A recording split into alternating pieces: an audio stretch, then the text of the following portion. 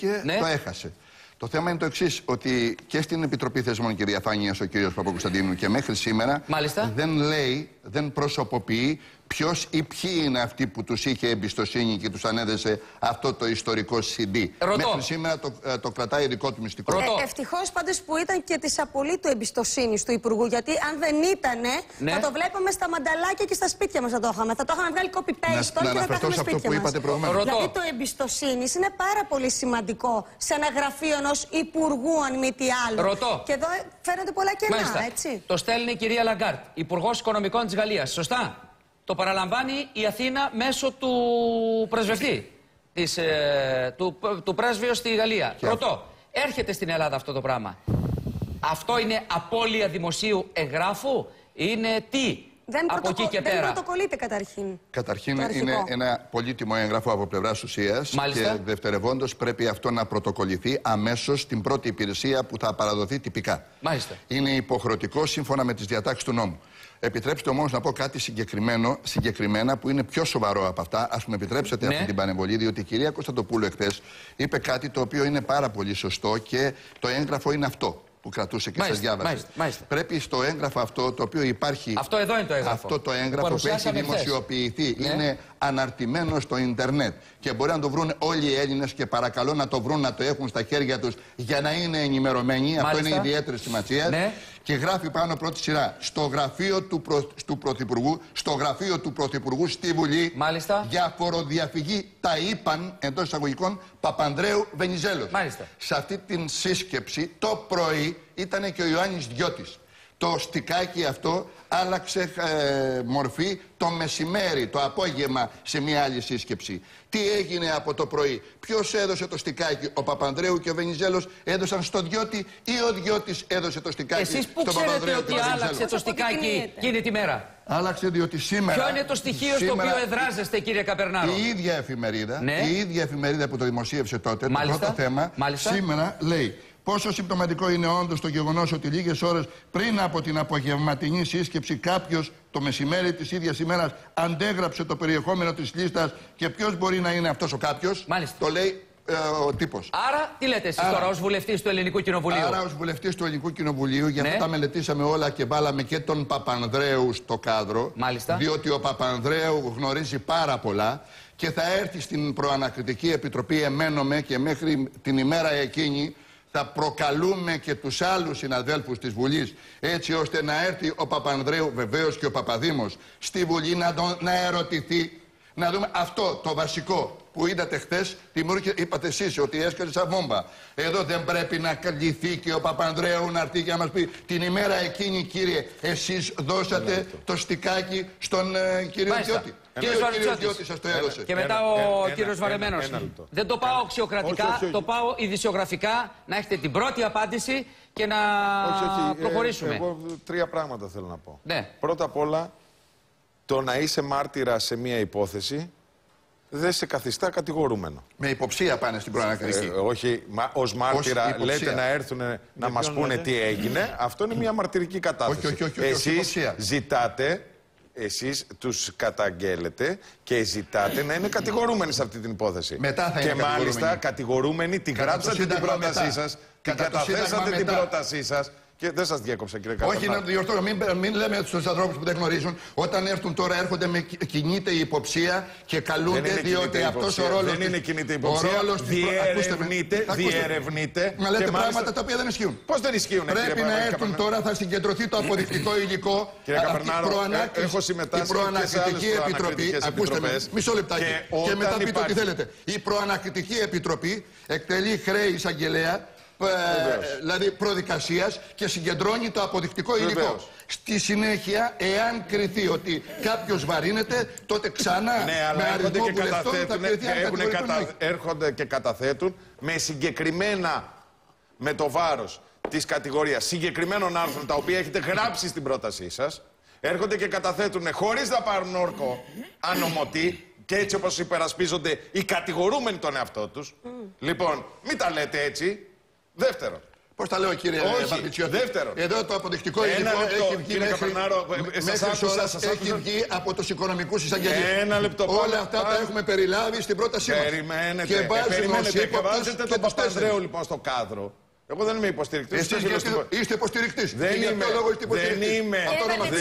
Εσείς λέτε κακός το βάζει στο κάδρο τον κύριο Παπανδρέου. Περιμένετε, τον βάζουν στο κάδρο. Το βάζουν στο κάδρο. Πριν ακόμα αποκαλυφθεί αυτό το οποίο απεκαλύφθη εχθές, ότι στις 8 του μηνός είχαν αυτή τη σύσκεψη. Η Νέα Δημοκρατία να υπερασπίζεστε τον Παπανδρέου. Αυτό μην λέτε λοιπόν τώρα ότι τα είχατε ψάξει. Ωραία, εσείς μετά από αυτό θα κάνετε το χθεσινό. Λοιπόν, κοιτάξτε. Εφόσον το βάλανε εκείνοι πριν. Ένα λεπτό, κύριε Βαρβιτσιώτη. Είπατε κάτι. Το βάλανε πριν αποκαλυφθεί το χθεσινό. Μετά το χθεσινό, εσείς ποιους βάζετε στο κάδρο? Κοιτάξτε. Εγώ θέλω να είμαι πάρα πολύ σαφής. Ναι. Αυτή η υπόθεση, καταρχάς, είναι μια υπόθεση που δείχνει τον γελίο τρόπο με τον οποίο έχουν λειτουργήσει και οι προηγούμενες κυβερνήσεις και οι φοροελεγκτικοί μηχανισμοί.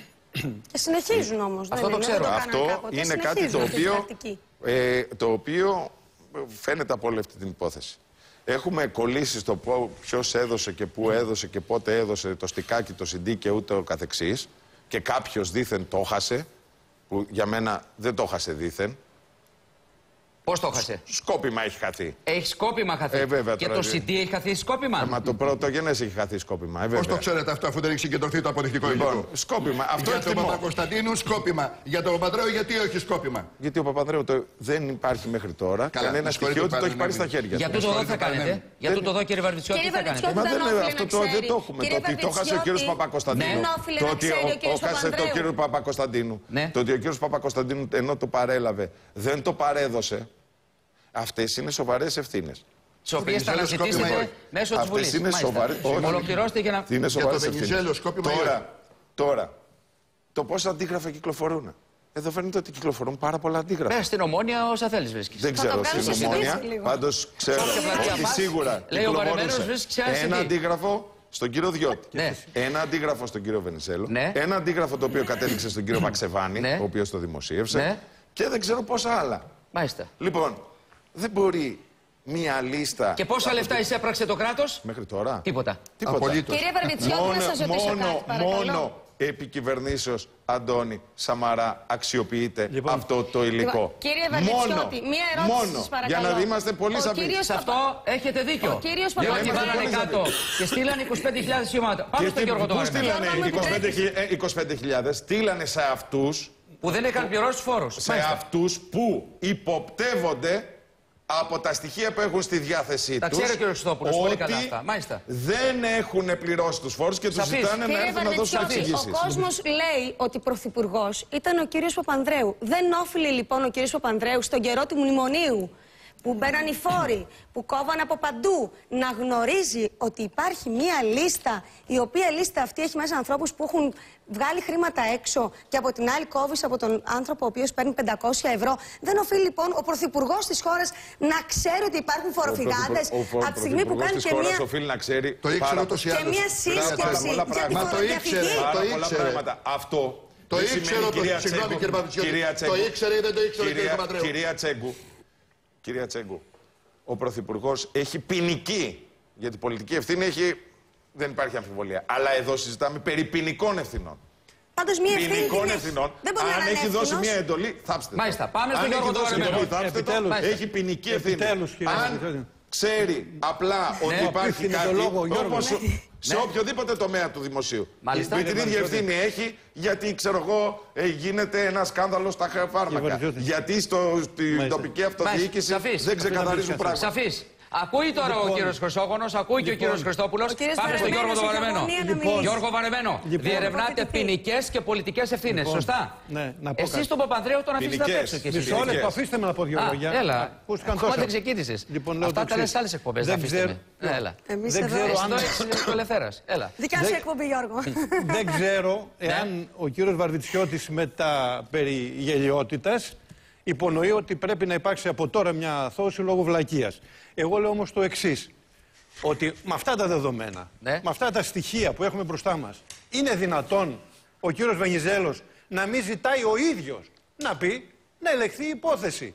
Εμείς λέμε ότι με αυτά τα δεδομένα που έχουν μπροστά μας, τις περισσότερες πιθανότητες εμπλοκής έχουν οι δύο υπουργοί, οι οποίοι βρέθηκαν εκείνο τον καιρό στο Υπουργείο Οικονομικών. Αντί όλο αυτού του πράγματος, ο κύριος Βενιζέλος προσφεύγει σε μια φοβερή πόλωση, μόνο και μόνο για να μην τεθεί θέμα στο εσωτερικό του για αλλαγή της ηγεσίας στο εναπομείναν Πασόκ. Επίσης, αγκαλιά ο κύριος Σαμαράς με τον κύριο Βενιζέλο, αγκαλιά είναι. Πρόκειται για έναν πολιτικό εναγκαλισμό πολιτικής συνενοχής. Πάνε αγκαλιά από εδώ και πέρα. Και λένε ότι ο ΣΥΡΙΖΑ έκανε την πρόταση για να ρίξει την κυβέρνηση. Όχι, κύριοι.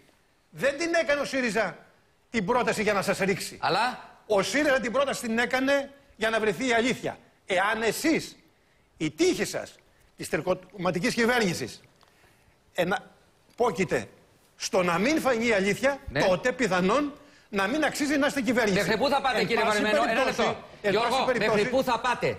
Θα πάμε μέχρι εκεί που πάει η υπόθεση. Εμείς, όταν είπαμε για τον κύριο Παπανδρέου αρχικά ότι έχει πολιτικές ευθύνες, εάν στη διάρκεια της διαδικασίας προκύψουν και άλλου είδους ευθύνες, εδώ είμαστε να τις ελέγξουμε και να το πάμε μέχρι εκεί που πάει το. Και θέλω να πω το εξής. Παρακαλώ. Ότι αυτό αποδεικνύει την υπεύθυνη στάση του ΣΥΡΙΖΑ. Έτσι, ως ενός κόμματος που δίνει μια θεσμική διέξοδο σε ένα λαϊκό αίτημα, έτσι, το οποίο κοχλάζει στην κοινωνία με έναν φοβερό θυμό. Έχεις δίκιο σε αυτό, και έρχονται μια δράκα τους λέω, την κυβέρνηση, διότι πρόκειται περί επικινδύνων, να στοχοποιήσουν το ΣΥΡΙΖΑ ως ανεύθυνη τάχα μου δύναμη, έτσι, και ως εξτρεμιστική, και το κάνει αυτό μια δράκα ανθρώπων η οποία παίζει με τους θεσμούς, έτσι. Και επειδή είπε ο κύριος καθηγητής προηγουμένως για τον κύριο Στουρνάρα, ό,τι πρόταση και να του κάνουμε τον κύριο Στουρνάρα, έχει μια αλαζονία ανθιπάτου στη Βουλή, απαξιεί να απαντήσει ακόμα και σε προτάσεις, όχι δικές μας, βουλευτών της συμπολίτευσης, για πράγματα όπως το πετρέλαιο, που πλέον η Ελλάδα ζει μια παράνοια. Είστε σαφείς. Τα λεφτά μειώθηκαν. Ένα λεπτό. Εδώ βάζετε όμως ένα κουβά. Το θυμό, την οργή. Όχι, δεν καταλάβατε, κύριε Βαρβιτσιώτη. Πολλά πράγματα και δεν έχετε καταλάβει ένα πράγμα. Δεν καταλάβατε ότι εδώ τι είπα. ο βουλευτής γίνεται δικαστής σε αυτή τη διαδικασία. Και γίνεται δικαστής στη συγκεκριμένη διαδικασία. Λοιπόν, δεν μπορείτε τον θυμό να το βάζετε ως ποινική ευθύνη μόνο και μόνο γιατί θέλετε να στοχοποιείτε. Γιατί αυτό το λάθος το έκανε. Το θυμό. Μα με καταλάβετε, να σας βοηθήσω να καταλάβετε. Τι να καταλάβετε. Επιτρέψτε μου να σας βοηθήσω. Και να κλείσουμε γιατί έχει κάτι να πει ο κύριος Καπερνάρος σημαντικό. Να βοηθήσω τον κύριο Βαρβιτσιώτη να καταλάβει. Το τι είπα. Εγώ δεν μίλησα για το θυμό γενικά. Εγώ είπα ότι ο ΣΥΡΙΖΑ, κύριε Βαρβιτσιώτη μου, αν μπορείτε να το καταλάβετε, έδωσε, λέω, άλλο θέμα. Άλλο θέμα. Ναι, μην φεύγουμε όμως από αυτό να κάνουμε το άλλο. Παρεπιπτόντως το είπα το άλλο. Παρεπιπτόντως βάζετε τόσα παρεπιπτόντως που χάνετε την ουσία. Αυτό θέλω να σας πω. Ακούστε κάτι τώρα, κύριε Βαρεμένο. Εσείς, κύριε Βαρβιτσιώτη, προσωπικά θα θέλατε να συζητηθεί. Διότι κάνατε την πρόταση. Γιατί με εγκαλείτε τώρα? Γιώργο, δεν έχει σχέση το ένα με το άλλο. Αφήστε με λοιπόν να σας κάνω καταλάβετε ότι τι είπα προηγουμένως. Έτσι. Είπα ότι ο ΣΥΡΙΖΑ έδωσε θεσμική διέξοδο σε ένα λαϊκό αίτημα. Το οποίο στον κόσμο κάτω κυκλοφορείτε και εσείς, υποθέτω. Σαφής. Έτσι, διατυπώνεται με ένα απίστευτο λαϊκό αίτημα. Αυτό θέλω να σας εξηγήσω. Και σας είπα ότι δώσαμε θεσμική διέξοδο. Τι σας ενοχλεί σε αυτό? Το λαϊκό αίτημα και ο λαϊκός θυμός. Έτσι σας είπα. Και αυτό που υπάρχει στην ψυχή και σου λέει να πάνε όλοι μέσα. Μα δεν είπαμε αυτό όλοι μέσα. Εσείς το κάνετε στη Βουλή. Θεσμικά πλέον. Το μεταφέρετε θεσμικά. Ενώ έπρεπε να είναι εντελώς αντίθετη θέση. Λοιπόν, για ποιον υπάρχουν μία τελεία, κύριε. Αν βρεθούν και άλλες. Μα κακό είναι γιατί δημοκρατία αυτό, κύριε Βαρβιτσιώτη. Αν βρεθούν και άλλες. Ναι, αλλά δεν μπορείτε να κρεμάτε εσείς. Λοιπόν, μία τελεία. Γιώργο Βαρεμένο. Γιώργο, μία τελεία. Θα μας πέραμε τις πέτρες αν δεν το κάναμε αυτό, Γιώργο, την ξέρεις καλά την τηλεόραση και τους παίρνεις στα δάχτυλα τους πολιτικούς. Πάμε στον κύριο Καπερνάρο. Κύριε Καπερνάρο. Έχουν μιλήσει ήδη. Ο κύριος Παπακοσταντίνος στην Έλλη Στάι. Έχει δώσει 2 συνεντεύξεις σε εφημερίδες. Καλά, δεν στη Real και στο Έθνος. Πιστικές απαντήσεις έχει μιλήσει ο κύριος Βενιζέλος άπειρες φορές για αυτές τις εναλλαγές των USB κλπ. Δεν έχει μιλήσει ο τρίτος, που είναι ποιος? Ο εισαγγελέας, ο κύριος Διώτης.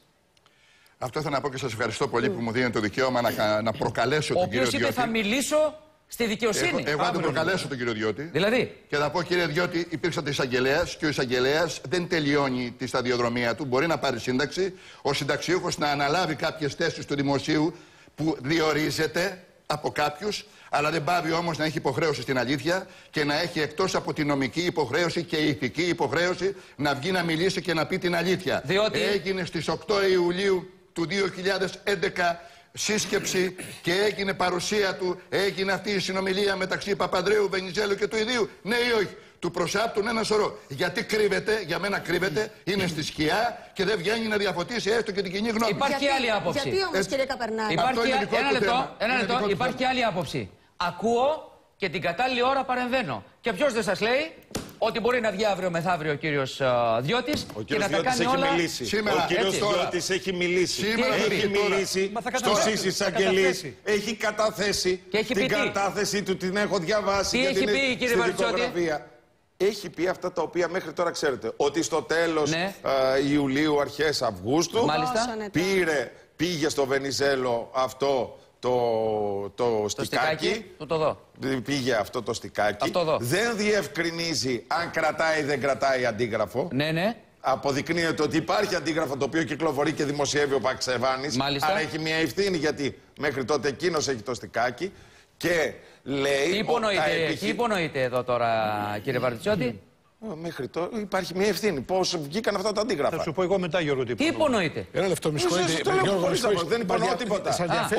Ότι από τα χέρια, από την υπόθεση. Ο κύριος Βενιζέλος, συγγνώμη κύριε Βαρβιτσιώτη, είπε ότι ο κύριος Διώτης του είχε εξηγήσει νομικά ότι αυτό δεν μπορεί να αξιοποιηθεί, γιατί για μένα είναι τρελό το επιχείρημα, γιατί συμπεριφέρεται ο κύριος Διώτης αυτό ως εισαγγελέας και όχι ως φοροεισπράκτορας. Και θα σας το πω πολύ απλά. Στο ΣΔΟΕ υπάρχει πενταψήφιο νούμερο. Το οποίο παίρνει ο κάθε πολίτης και μπορεί να κάνει ανωνύμως την οποιαδήποτε καταγγελία. Και αυτή η καταγγελία, ένα λεπτό, το ξέρετε πολύ καλά, ανοίγει πληροφοριακό δελτίο στο ΣΔΟΕ. Όταν ανοίγεις τηλέφωνο για ανώνυμες καταγγελίες, δεν αξιοποιείς το στικάκι, αυτό είναι λάθος. Ένα λεπτό, κύριε Χριστόπουλε, μισό λεπτό. Η Ισπανία πόσα λεφτά πήρε? Η Γαλλία πόσα λεφτά πήρε? Εμείς γιατί λοιπόν χάσαμε το CD? Το χάσαμε. Τώρα από εκεί και πέρα δικαιοσύνη θα αποφασίσει τι έγινε με αυτό το CD. Υπάρχει ένας νόμος. Φτιάξαμε και 15 στικάκια, κύριε Χρυσόγονε. Ο κύριος Βαρεμένος κάτι αυτά τα στικάκια γυρνάνε παντού και έχουμε γίνει περίγελος σε όλο τον κόσμο. Χάσαμε το CD, φτιάξαμε 15 στικάκια και προσπαθούμε να βρούμε άκρη. Αντί για να βρούμε τους φοροφυγάδες. Αυτή την ερώτηση. Αλλά επειδή μου είπατε για τον κύριο Διώτη, σας λέω ότι ο κύριος Διώτης έδωσε μία δικαιολογία. Γιατί δεν διέψευσε, κύριε, αυτό είναι αναρτημένο από τον Ιούλιο του 2011. Θα το ρωτήσετε όταν θα έρθει στην προανακριτική, κύριε Καπερνάρ. Θα το ρωτήσετε. Μα γι' αυτό λέμε να έρθουμε και δεν θέλετε εσείς. Εμείς λέμε να έρθουν στην προανακριτική. Ποιος είπε ότι δεν θέλουμε? Ποιος το είπε ότι δεν θέλουμε? Το κύριο Διώτη δεν θα έρθει μάρτυρας. Δεν θα έρθει μάρτυρας. Ως κατηγορουμένους τους οποίους τους πάτε με αβάσιμα μέχρι τώρα στοιχεία. Πού το ξέρετε, κύριε, αυτό? Μα πώς το ξέρω? Αν βρεθούν οι ποινικές ευθύνες άλλων. Θα βγει απαλλακτικό βούλευμα, κύριε. Καλά. Δεν είναι έτσι αυτή η διαδικασία. Μα δεν είναι έτσι αυτή η διαδικασία. Βεβαίως είμαι δικηγόρος. Εσείς αυτά που λέτε είναι πολύ πιο πολύ πολιτικά από τη νομικά. Έχετε βάλει το καπέλο του πολιτικού περισσότερο από το νομικού. Άρα ένα λεπτό, ένας. Ο κύριος Βαρβιτσιώτης λέει ποινικές ευθύνες για την απώλεια, πολιτικές ευθύνες αν υπάρχουν για τους υπόλοιπους. Αυτό δεν είπατε? Λίγο τι λέει και ο κύριος Βαρεμένος όμως πάνω σε αυτό. Έκανες μια ερώτηση. Πόσα λεφτά πήραμε ή δεν πήραμε μη ερευνώντας την Κίστα Λαγκάρντ? Ούτε ένα ευρώ. Και ρωτάω, γιατί σε αυτό παρακαλώ να μην απαντήσει ο κύριος Βενιζέλος ενώπιον της διαδικασίας? Θα απαντήσει. Ρωτάω, κύριε Βαρβιτσιώτη, γιατί μας κατηγορείτε ότι στοχοποιούμε τον κύριο Βενιζέλο? Μα το στοχοποιείτε γιατί του προσάπτετε ποινικές ευθύνες. Κύριε Βαρεμένα, του προσάπτετε ποινικές ευθύνες για ένα άρθρο του ποινικού κώδικα, το οποίο λέγεται υπεξαίρεση εγγράφου. Δεν είναι μόνο αυτό. Ποια είναι η υπεξαίρεση εγγράφου? Το ότι κρατάει ένας πολιτικός στο αρχείο του. Στο αρχείο του. Στο αρχείο του. Η παράβαση καθήκοντος πρέπει να έχει και δόλο. Πρέπει να έχει και δόλο. Η παράβαση καθήκοντος πρέπει να έχει και δόλο. Αλλά γιατί να μην το μέχρι τώρα δεν έχετε βρει και δόλο. Δεν στηρίζετε το δόλο. Για όνομα του Θεού ακούτε. Γιατί να μην το βρούμε αυτό. Μάλιστα. Αν υπάρχει δόλος, θα το ψάξουμε. Πάμε στον κύριο Χρυσόγονο.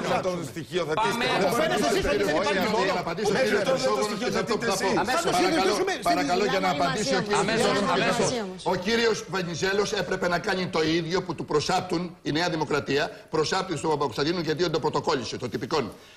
Δεν προσάπτει το ίδιο τουλάχιστον και στο Βενιζέλο. Το ερώτημα είναι γιατί.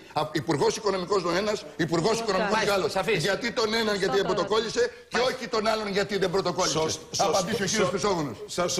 Σωστό. Δώστε μου ένα δευτερόλεπτο, Γιώργο, ένα δευτερόλεπτο πριν απαντήσει ο κύριος Χρυσόγονος να απαντήσει ένα θέμα. Ένας υπηρεσιακός παράγοντας, κύριε Καπερνάρου, και σου φέρνει ένα έγγραφο. Δεν θεωρείς ότι αυτό δεν έχει πρωτοκολληθεί στην υπηρεσία? Λοιπόν, μία λέξη ο κύριος Χριστόπουλος και μετά να ακούσουμε τον... Έχει ξεφύγει και δεν έχει έρθει στην επιφάνεια κάτι. Ο 3691 ο νόμος περί ξεπλήματος χρήματος λέει, και μάλιστα και στους δικηγόρους και στους δημόσιους λέει, αν υποψιαστώ, Γιώργο, ότι έχω πελάτη και αγόρασε ένα πολυτερές αυτοκίνητο. Πολύ σωστό. Αγόρασε ένα πολυτερές αυτοκίνητο και από τις δηλώσεις που σου κάνω δεν βλέπω, οφείλω με την οσμία αυτή, με την υποψία, να το καταγγείλω. Εδώ πρόκειται για μια πηγή, δεν θα το πω έγγραφο. Το υπεξαίρεση είναι άλλη. Πρόκειται για μια πηγή φορολογητέας ύλης. 3691. Άρθρο 7. Επιτροπή Ξεπλήματος Μαύρου Χρήματος. Έχω μια πηγή, υποψιάζομαι ότι αυτή η πηγή, ένας βουβάς, ένα καλάθι έχει μέσα κρυμμένο θησαυρό. Αυτό την πηγή με τον 3691 δεν έχει αναδειχθεί πουθενά. Εσόγονος, είστε νομικοί. Εσόγονος, παιδιά. Έχει άνθρωπος που να τηρεί αυτό που λέτε και να λέει ότι δεν βγαίνει. Γιώργο, Χρυσόγονος, το λόγο έχει ο καθηγητής. Να πω και στον κύριο καθηγητή. Όχι, δεν θα του πεις τίποτα. Καθηγητής είναι. Γιώργο, δεν είσαι θεματολόγο. Έλα, Γιώργο μου, βουλευτής είσαι. Και καλός βουλευτής. Και καλός συνάδελφος και καλός φίλος. Και εγώ είμαι μαθητής, λέει ο βαρεμένος. Το βαρεμένο πήρες τώρα και δεν σταματάς. Καλό είναι αυτό. Πάμε. Ελάτε, κύριε Χρυσόγονε. Όλη αυτή η κομματική αντιδικία που έχει ξεσπάσει γύρω από το θέμα της λίστας Λαγκάρντ και την οποία τη βλέπουμε με τόσο παραστατικό τρόπο και σήμερα μπροστά μας, αποδεικνύει το πόσο λάθος... Νομίζω αδικείται την κουβέντα. Και δεν πρόκειται δηλαδή για λάθος, αλλά εντός εισαγωγικών λάθος, είναι το άρθρο 86 του Συντάγματος. Ένα ζήτημα το οποίο σε μια πολιτισμένη, οργανωμένη, συντεταγμένη χώρα θα έπρεπε να γίνει αντικείμενο ερεύνης από την ανεξάρτητη δικαιοσύνη, από πραγματικά ανεξάρτητες εισαγγελικές αρχές, που σημαίνει όχι μόνο να καταργήσουμε το 86 του Συντάγματος, αλλά να κόψουμε και τον ομφάλιο λόρο από το 90 του Συντάγματος. Κύριε Χρυσόγονε, πείτε το απλά να το καταλάβει η θεία μου. Ένα λεπτό. Κύριε Χρυσόγονε, πείτε το απλά ότι έπρεπε για όλο αυτό το θέμα. Κύριε καθηγητά, ακούστε κάτι. Πείτε το πολύ απλά να το καταλάβει η θεία μου που είναι τρίτη δημοτικού. Ότι για τούτο εδώ το πράγμα έπρεπε να ασχοληθεί μόνο η δικαιοσύνη και να μην ασχοληθεί καθόλου η Βουλή. Να μην καλύπτονται οι πολιτικοί πίσω από το άρθρο 86 που φτιάξαν οι ίδιοι για να φώνονται. Ακούμε διαρκώς τον έναν. Για να έχει περισσότερα στοιχεία η θεία του Γιώργου. Με συγχωρείτε, κύριε καθηγητά. Η θεία θέλω να βοηθήσω. Η θεία είναι ο κόσμος όλος. Επειδή χαρακτηρίσατε την κουβέντα που είχαμε εδώ κομματική αντιπαράθεση. Σας παρακαλώ πάρα πολύ. Για αυτό που είπατε, ποιος φταίει? Η κομματική χρειά που είχε η κουβέντα που κάνουμε εμείς? Αυτό θα έλεγα.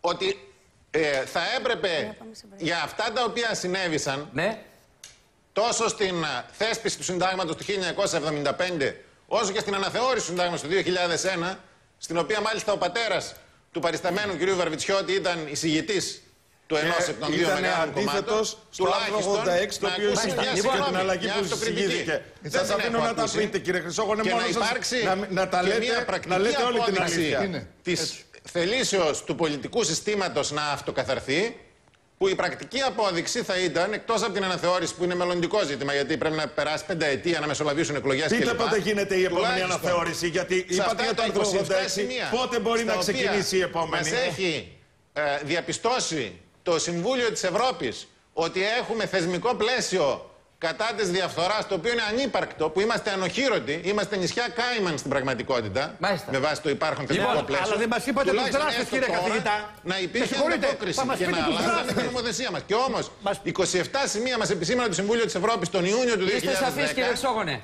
Όχι, δεν ήταν απολύτως τίποτα. Δύο πράγματα γιατί αναφερθήκε στον πατέρα μου. Ένα λεπτό, να το ξέρει ο κόσμος. Το 2001 όταν αναθεωρήθηκε το άρθρο 86, ο Γιάννης Βαρβιτσιώτης ως υπεύθυνος εισηγητής ήταν ενάντια. Μάλιστα, σαφής. Δεύτερον, σήμερα η Καθημερινή, ράμπο της δικαιοσύνης κατά της πολιτικής διαφθοράς, θεσμοθετείται θέση ειδικού εισαγγελέου. Με συζήτηση Σαμαρά με Τέντε, ο οποίος θα αφορά τους πολιτικούς και όσους διαχειρίζονται δημόσιο χρήμα. Μπορώ να πω κάτι γι' αυτό. Επιτέλους δηλαδή. Όχι, επιτέλους δηλαδή. Όχι επιτέλους. Όχι. Τίποτα. Καλά, μην βάζετε συνέχεια το χέρι σας μπροστά μου, κύριε Βαρεμένο. Και να πω και κάτι άλλο. Τα έχετε τα κότσια να μπείτε μέσα στη Βουλή και να πείτε τέλος η ασυλία των πολιτικών μετά από 5 χρόνια. Να πω κάτι, Γιώργο, με συγχωρείς. Τέλος. Εμένα δεν μου λέει τίποτα αυτό. Μισό λεπτό. Εδώ η λύση πρέπει να είναι πολιτική. Οι εισαγγελείς υπήρχαν και στο παρελθόν. Τοποθετήθηκαν ή δεν τοποθετήθηκαν. Πρέπει να φύγουν. Κύριε καθηγητά, προηγουμένως μας περιγράψατε τη διαδικασία, δεν μας ονοματίσατε τους δράστες. Θα τα βρείτε εσείς αυτά στη Βουλή. Όνομα, διάλειμμα. Πολιτικοί δράστες εννοώ. Θα τα βρείτε στη Βουλή. Διάλειμμα και επιστρέφουμε. Έτσι θα διαλογώ. Πάμε.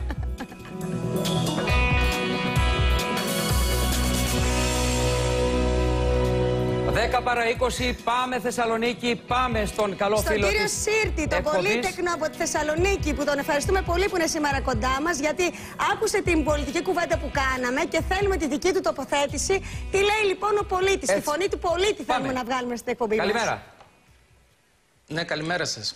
Τι κάνετε, καλή χρονιά. Γεια χαρά, να είσαι καλά. Προσπαθούμε όλοι μαζί. Εσείς. Ναι. Δόξα τω Θεώ, προσπαθούμε γιατί η κατάσταση είναι. Το μόνο που μας έμεινε πλέον είναι η ελπίδα. Και αυτό που λέει ο κόσμος ότι δουλεύουμε για την εφορία, συμφωνείτε? Ότι λένε οι περισσότεροι, όλος ο κόσμος λέει δουλεύουμε για την εφορία πια. Αυτό είναι το μόνο σίγουρο. Θα βρει άκρη το πολιτικό σύστημα με όλα αυτά που ακούτε, με όλα αυτά που γίνονται? Θα πληρώνατε τόσους φόρους αν είχαν πληρώσει όλοι αυτοί οι οποίοι δεν πληρώσανε μία και είχαν 10 εκατομμύρια στην Ελβετία, 8 εκατομμύρια από εδώ, 5 εκατομμύρια από εκεί? Αν είχαν πληρώσει φόρους, ας τα πηγαίναν στο Νεπάλ, όπου θέλανε να πηγαίνανε. Αλλά δεν πληρώσανε μία. Αποκαλύψεις μεγάλες σημερινές και χθεσινές. Ναι, κοιτάξτε, οι αποκαλύψεις αυτές βγαίνουν καθημερινά και ο κόσμος πρέπει να καταλάβει και πρέπει να σηκωθεί από τους καναπέδες. Γιατί πλέον μας πήραν και τον καναπέ. Όσον αφορά εμάς τους πολίτεκνους, γίνεται γενοκτονία. Γιατί βάσει στατιστικών, το 2030 το 25% του πληθυσμού τα έχουμε πει αυτά. Θα είναι θέλω να μου πεις πόσα παιδιά έχεις. Τα έχουμε πει αυτά τα στατιστικά, μας τα λέει ο κύριος Χριστόπουλος. Ναι. Πόσα παιδιά έχεις? Ναι, κοιτάξτε. Έχω 5 παιδιά. 5. Ηλικίας από 3η γυμνασίου μέχρι 2,5 ετών. 3 αγόρια και 2 κορίτσια. Μάλιστα. Τη στιγμή αυτή είμαι ψυχίατρος και τη στιγμή αυτή φωνάζω τη μητέρα μου, την Κατερίνα, να έρθει να μείνει μαζί μας γιατί δεν τα βγάζουμε οικονομικά πέρα. Δηλαδή βάζει χρήματα στην οικογένεια και η μητέρα μου. Για να καταλάβει σε ποια κατάσταση έχουμε φτάσει. Γιατί μας έχουν καταργήσει το ισόβιο πολυτεχνικό επίδομα, το οικογενειακό επίδομα από το μισθό και επιπλέον μας φορολογούν κατάργηση στο φορολόγιο του. Δηλαδή έχουμε τριπλό χτύπημα. Καταλαβαίνετε τι σημαίνει αυτό? Δικαιώνεται ο Χριστόπουλος με αυτό που λέτε. Ο φοροτεχνικός μας. Ο σύμβουλος επί φοροτεχνικών θεμάτων. Βεβαίως. Βεβαίως, γιατί με τον νόμο 4093 έχει καταργηθεί η ισόβια σύνδεση, πολυτεχνικό επίδομα, εφάπαξ παροχή για τους τρίτιμους να ρωτήσω για κάθε κίνηση. Όλα αυτά. Μάλιστα. Ναι. Να ρωτήσω κάτι. Δεν βγαίνει ο κόσμος δηλαδή, έτσι? Αυτό μας λέτε τώρα. Ο κόσμος τον έχουν πάρει και τον καναπέ και δεν σηκώνεται από τον καναπέ. Δεν έχει καναπέ πλέον. Τι περιμένουν, να τον πάρουν και το σπίτι? Γιατρέ, δηλαδή, είσαι πολύτιμος. Έχει φτάσει στο προχώρητο. Είσαι πολύτιμος, γιατρέ μου. Θέλουμε να σε έχουμε κοντά μας. Πυκνά Κύριε Σύρτη, σας ευχαριστούμε να σας φιλοξενήσουμε το άλλο Σάββατο μαζί με τους πολιτεύοντες. Εγώ είμαι στη διάθεση. Το θέμα είναι ότι και οι Έλληνες πρέπει να επαναφέρουμε τη ρωμιοσύνη. Δηλαδή να ζούμε με πρότυπα ελληνικά. Γιατί οι εντολογόχοι. Να είστε καλά, γιατρέ. Για να πάμε στο στούντιο τώρα όλοι. Ευχαριστούμε και την άλλη εβδομάδα. Καλημέρα. Ακριβώς. Να είστε καλά. Να ευχαριστήσω τον κύριο Βαρεμένο με την Αυγή αναχείρασε. Ο ένας στην Αυγή, ο άλλος στην Καθημερινή. Κλασική περίπτωση και των δύο, έτσι. Το πρώτο γράμμα που πήρε στα χέρια του. Αυτή δεν είναι κομματική. Όχι, η Καθημερινή είναι φρεγάτα ενημέρωσης, έτσι. Η Αυγή έχει κάτι δικαίωμα. Καθένας διαβάζει ό,τι θέλει. Έχει μεγάλο θέμα η Καθημερινή σήμερα. Τεράστιο θέμα. Σαμαράς και Τέντες συμφωνούν για τη δημιουργία ενός υπεροργάνου το οποίο θα παρεμβαίνει σε θέματα δικαιοσύνης και είναι σημαντικό αυτό. Θα δούμε. Πολιτικής διαφθοράς. Βεβαίως. Να ευχαριστήσουμε τον κύριο Χριστόπουλο. Τον κύριο Χριστόπουλο, ο οποίος πάντα μας δίνει διέξοδο και απαντήσεις. Πρέπει να είναι πολλοί εισαγγελίες γιατί είναι τεράστια η πολιτική διαφθορά. Τεράστια. Ένα εισαγγελέας δεν φτάνει. Συγγνώμη. Ακριβώς. Λοιπόν, κύριε Χριστόπουλο, η κοινωνία αναζητεί ένα φορολογικό δίκαιο σύστημα. Και ζητεί η κοινωνία αυτό που έχουν υποσχεθεί τα κόμματα πριν από τις εκλογές. Είστε σαφείς. Ένα ενιαίο εθνικό φορολογικό σύστημα. Πάντως να πούμε ένα σύστημα καλημέρα καθαρά τον αδερφό του κυρίου Κεδίκογλου, ο οποίος εχθές επέστη δολοφονική απόπειρα από αγνώστους που του σπάσανε την πόρτα, του πετάξανε μολότοφ, ήταν μέσα με το τρίχρονο παιδάκι του και αυτό γιατί ο αδερφός του είναι υπουργός. Κύριε Βαρεμένη, ένα σχόλιο γι' αυτό. Καταδικάζουμε τη βία, δεν υπάρχει αμφιβολία καμιά. Και λέμε ότι είναι αδιέξοδο, το είπε στη Βουλή, μισό λεπτό, ένα σύμβολο αγώνα, ο Μανώλης ο Γλέζος, ο οποίος κάλεσε το λαό σε αντίσταση, αλλά όχι στη βία, διότι εμείς έχουμε μια πείρα συγκεκριμένη. Το Σαββατοκύριακο τοπικές της Νέας Δημοκρατίας καήκαν, όχι του ΣΥΡΙΖΑ. Μία λέξη. Εγώ το λέω. Τι σημαίνει? Η βία είναι καταδικαστή ακόμα και για αυτούς οι οποίοι δεν έχουν όχι, γιατί γίνεται μπούμεραξ στο λαϊκό κίνημα, γι' αυτό για κανένα άλλο λόγο. Δεν είμαστε γενικά και όριστο πασιφιστές. Τοποθετούμαστε πολιτικά απέναντι στη βία και είμαστε κάθετα αρνητικοί. Γιώργο Βαρεμένη, ευχαριστούμε πολύ. Κύριε Βαρβιτσιώτη, ευχαριστούμε. Να είστε καλά. Περνάμε στην ιατρική στήλη της εκπομπής με τη Μελίνα Τσέι.